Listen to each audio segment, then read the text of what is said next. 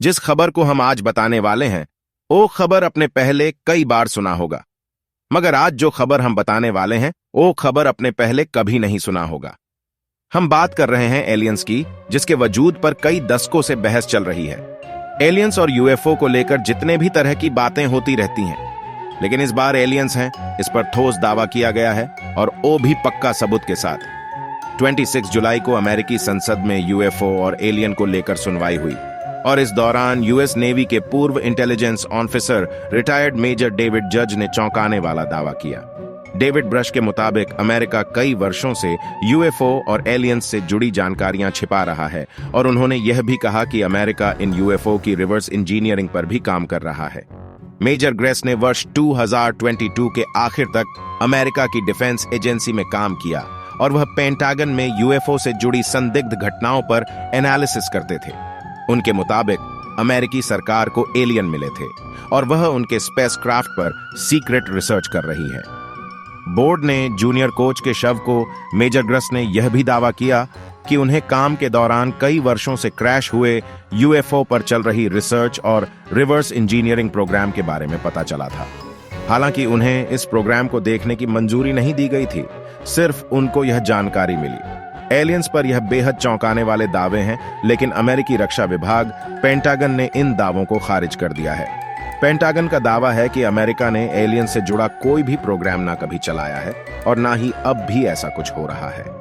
अमेरिकी संसद में एलियंस पर यह अब तक की सबसे हाई प्रोफाइल सुनवाई थी और संसद में मेजर ब्रिज ने और भी कई दावे किए।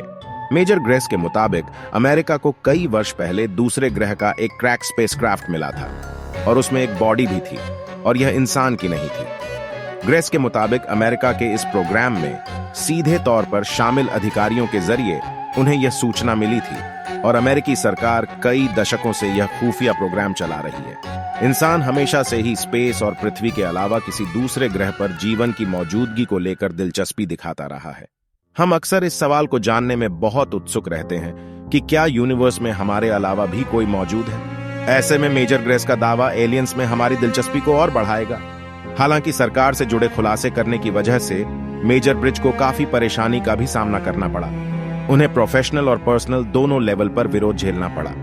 यही नहीं, ग्रेस ने यह भी कहा कि इसकी वजह से उनकी जान को भी खतरा रहा है। इसी वर्ष जून में मेजर ग्रेस ने पृथ्वी के बाहर जीवन होने और अमेरिकी खुफिया एजेंसियों के पास दूसरे ग्रह से जुड़ी बेहद अहम जानकारियां होने का दावा किया था। यह वह तस्वीर है, यह वह वीडियो है जिसमें आप देख सकते हैं यह वीडियो शूट किया गया। इसमें आवाज नहीं है, लेकिन यह वीडियो शूट किया गया। यह प्रशांत महासागर के ऊपर का बताया जा रहा है, जिसकी गति भी बहुत तेज है।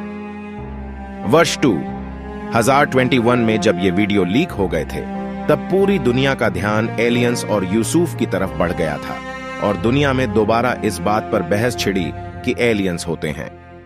अमेरिका रक्षा विभाग पेंटागन भी यूएफओ पर दावा कर चुका है। 144 यूएफओ पर स्टडी के बाद पेंटागन ने 9 पन्नों की रिपोर्ट तैयार की और इस रिपोर्ट में यह कहा गया कि वीडियो फुटेज और तस्वीरें बहुत साफ नहीं थी, इसलिए कुछ कह पाना मुश्किल है। साथ रिपोर्ट में एलियंस की संभावना को भी खारिज नहीं किया गया था। रिपोर्ट में कहा गया कि यूएफओ दिखने की वजह से सेंसर या फिर देखने वाले की गलती भी हो सकती है और दावा यह भी किया गया कि 144 में से सिर्फ एक ऑब्जेक्ट की पहचान को लेकर टास्क फोर्स श्योर था। उड़ती ऑब्जेक्ट अमेरिका की राष्ट्रीय सुरक्षा के लिए खतरा बताया गया, क्योंकि हो सकता है कि यह उड़ती ऑब्जेक्ट किसी देश के खुफिया ड्रोन